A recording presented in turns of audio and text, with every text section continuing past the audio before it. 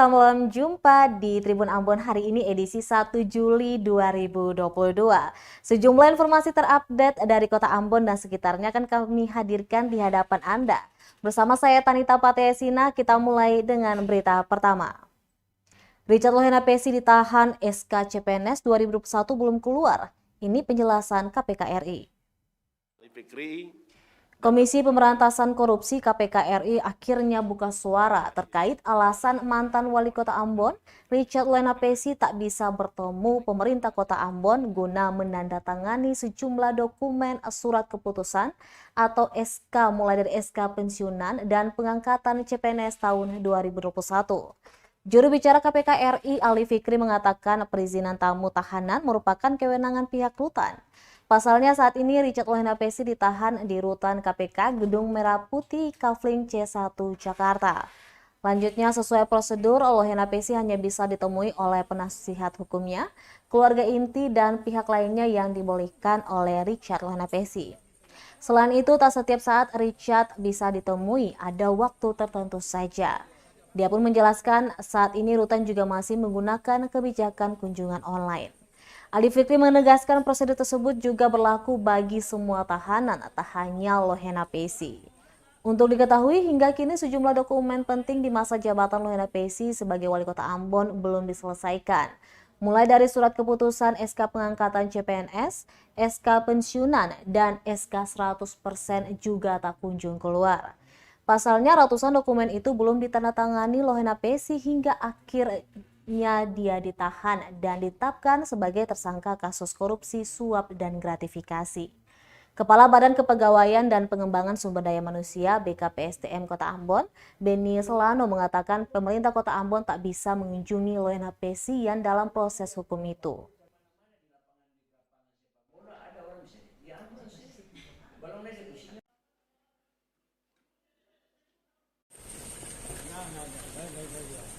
Tapi apakah benar Bapak tidak kaki serius atau gimana? Enggak, ini kalau saya pakai sendal ini. Oh gitu ya Pak. Saya operasi kaki kan. Ini gitu. Oh iya. Ini obatnya. Ada Pak. Mana Pak? Ada yang mau disampaikan Pak? Masyarakat yang Pak. Ini kemauan Pak. Kemauan Pak. Senang Pak kemauan Pak. Aduh. Tribunnews beredar video puluhan jemaah haji Maluku bentangkan spanduk dukungan Rahawarin jadi Gubernur Maluku. Bismillahirrahmanirrahim. Kami rombongan kloter 10 Provinsi Maluku tahun haji 2022 dari tanah suci Makkah Al-Mukarramah mendoakan semoga Bapak Jeffrey Rahawarin menjadi Gubernur Maluku di tahun 2024. Amin. Allahu Akbar. Allahu Akbar. Terima kasih. Wassalamualaikum warahmatullahi wabarakatuh. Bismillahirrahmanirrahim. Beredar luas video berdurasi 25 detik memperlihatkan puluhan jemaah haji asal Maluku kloter 10 yang membentangkan spanduk Jenderal Bintang 3 TNI Jeffrey Rahawarin. Puluhan jemaah haji itu terlihat mendukung Jenderal Rahawarin untuk maju sebagai Gubernur Maluku pada 2024 nanti. Rombongan jemaah haji yang mendukung Rahawarin bukan hanya pria, tapi terdapat juga belasan perempuan segala usia. Jamaluddin Kudubun, pimpinan rombongan tersebut dengan lantang meneriakkan dukungan terhadap Rahawarin, diikuti puluhan jemaah lainnya. Video yang diupload akun Facebook Henrico Russell itu kini sudah ditonton sebanyak 391 kali. Beberapa netizen juga ikut memberikan komentar dukungan dalam video tersebut. Hal itu pun menjadi sinyal Pilkada Maluku 2024 mendatang akan berlangsung seru. Pasalnya geliat Rahawarin menuju Pilkada semakin terlihat. Dalam beberapa bulan terakhir, spanduk-spanduk Rahawarin juga beredar di seantero penjuru bumi raja-raja, meskipun berkali-kali dicopot Satpol PP. Allahu Akbar. Terima kasih. Wassalamualaikum warahmatullahi wabarakatuh. Bismillahirrahmanirrahim. Kami rombongan kloter 10 Provinsi Maluku tahun haji 2022 dari tanah suci Makkah Al-Mukarramah mendoakan semoga Bapak Jeffrey Rahawarin menjadi Gubernur Maluku di tahun 2024. Amin. Allahu Akbar. Terima kasih. Wassalamualaikum warahmatullahi wabarakatuh. Bismillahirrahmanirrahim. Kita beralih ke berita selanjutnya. Tribuners, KM Rizky Mulya patah kemudi dan tenggelam di perairan Pulau Mai, Maluku Tengah. Tim SAR evakuasi kru kapal. Tim SAR gabungan mengevakuasi 8 kru dan KM Rizky Mulya yang mengalami kerusakan patah kemudi dan tenggelam di perairan Pulau Mai, Kepulauan Ulusipara, Kabupaten Maluku Tengah. Kepala Kantor Badan SAR Ambon Mustari menjelaskan KM Rizky Mulya diketahui berlayar dari kota Ambon pada Sabtu 18 Juni 2022. Diketahui KM Rizky Mulya hendak menuju Probolinggo dengan membawa muatan gaharu. Kapal yang bermuatan 8 anak buah kapal ABK tersebut berhasil selamat dan ditemukan terdampar oleh petugas penjaga mercusuar yang berada di Pulau Mai. Setelah mendapat kabar dari penjaga mercusuar di Snaf Ambon, sebanyak 23 personel diterjunkan, di mana 23 personel itu terdiri dari 5 orang Rescue Basarnas, 6 orang personel Polairut Polda Maluku, dan 12 ABK KN SAR Abimanyu. Dalam misinya, KN SAR Abimanyu diperintahkan melakukan evakuasi terhadap seluruh ABK KM Rizky Mulya dan dibawa kembali menuju kota Ambon guna mendapatkan perawatan lebih lanjut.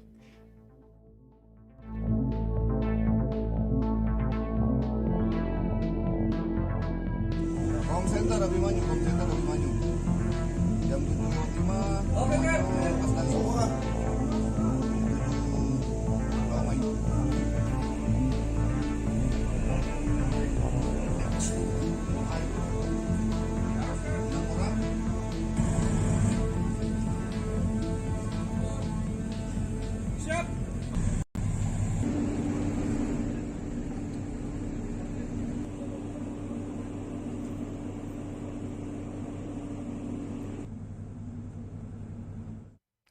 Beralih ke kompor listrik induksi, warga Ambon sebut lebih aman dan irit. Sejumlah warga kota Ambon, Maluku mengaku sangat terbantu dengan kehadiran kompor listrik induksi. Mereka menilai penggunaan kompor listrik induksi sangat mudah dan aman digunakan dalam kehidupan sehari-hari. Tribunambon.com telah mewawancarai sejumlah warga yang kini beralih dari kompor konvensional ke kompor listrik induksi. Diketahui PLN sengaja menggagas program Electrifying Lifestyle agar semuanya menggunakan elektronik serba listrik. Berikut wawancara Tribuners. Setelah menggunakan kompor induksi selama setengah tahun, pengalamannya gimana? Ya lebih enak lah daripada pakai kompor konvensional kayak minyak tanah atau buat gas, karena maintenance-nya kan perawatannya juga lebih gampang.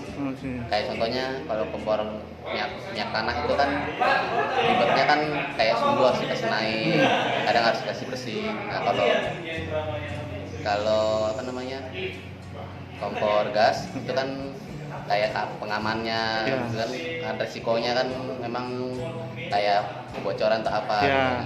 Tapi kalau kompor listrik itu enaknya maintenance-nya tinggal dilap saja, nggak ada risiko seperti nanti bisa kebakaran apa begitu. Lebih mudah ya? Ya intinya kayak lebih aman sama lebih mudah lah. Irit juga, biaya juga lebih irit. Kalau dibandingkan dengan kompor gas, pemakaian kompor listrik ini sangat irit. Terus waktu untuk pemakaiannya itu juga lebih cepat dari kompor gas.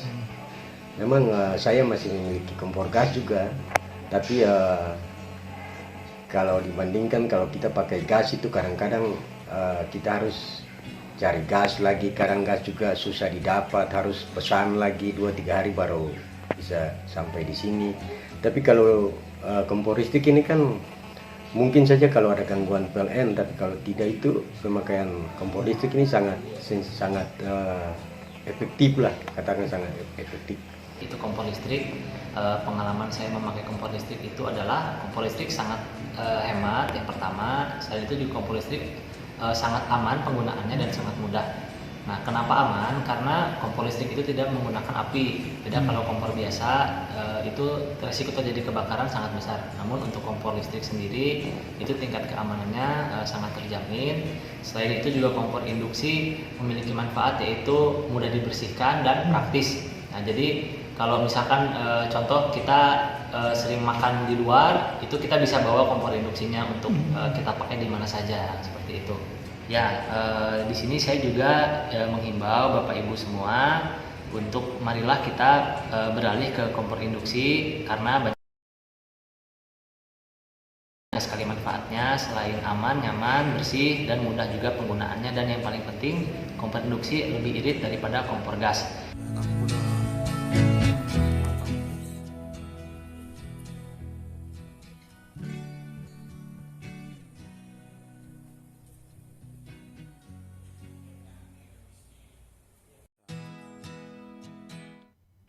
Terlalu banyak, butuh 4 hari pembersihan sampah di Pasar Tatanggo, Pulau Buru.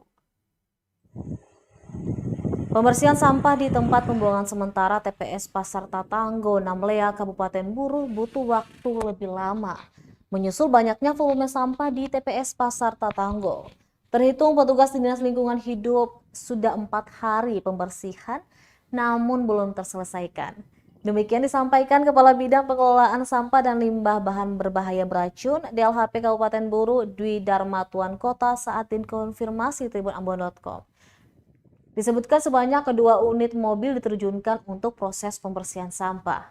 Diberitakan sampah kembali menumpuk di Jalan Pasar Tatanggo Namlea, Kabupaten Buru sejak Minggu 12 Juni 2022 kemarin. Diduga lantaran warga membuang sampah sembarangan termasuk di pinggir-pinggir jalan, meski ada tempat pembuangan sementara. Sampah rumah tangga, plastik, sisa-sisa makanan, bangkai binatang, dan ranting pohon dibuang di badan jalan. Sehingga sampah di kawasan tersebut sudah meluber kemana-mana.